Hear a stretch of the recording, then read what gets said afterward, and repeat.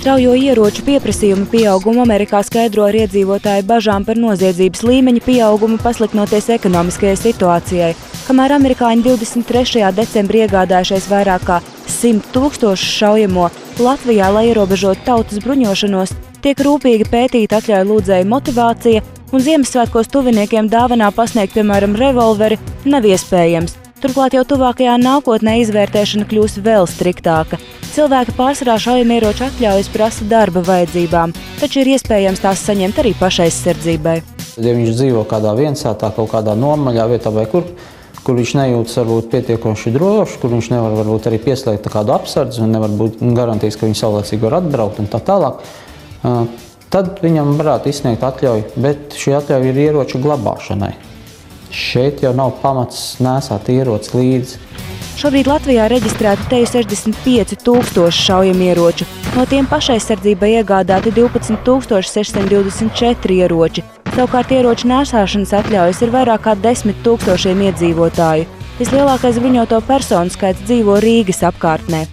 Latvieši no amerikāņiem piemēru acīm redzot nav ņēmuši, jo 2011. gadā ieroču skaits sarucis par aptuveni 400.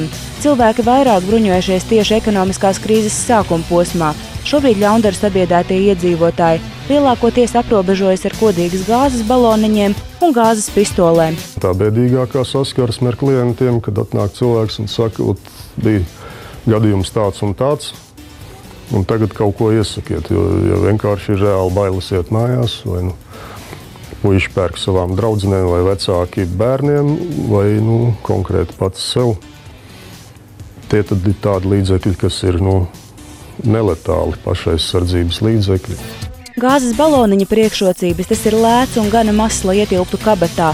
Tomēr jāuzmanās, ka gāzevējš var aiznest paša tās pūtēja virzienā. Taču speciālisti uzsver, gāzes baloniņš var būt pat efektīvāks par gāzes pistoli. Ir cilvēki, viena daļa psiholoģiski droši vien jūtās labi, ja viņam ir smags dzelzs kabatā un kas ir līdzīgs praktiski neatšķirams no kaujas ieroča, tad varbūt tā pašapziņa diezgan tāda varbūt stabilāka.